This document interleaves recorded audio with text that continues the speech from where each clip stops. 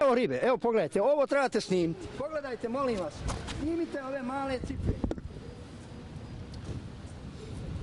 Vidite? Evo ovo su ribe koje su doplivale upravo ono što sam pričao.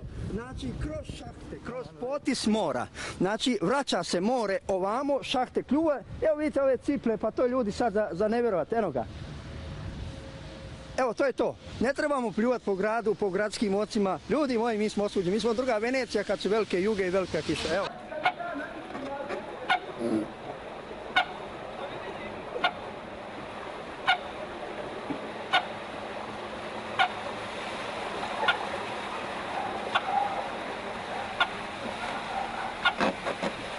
Tri dana sam vas vidio, vidio.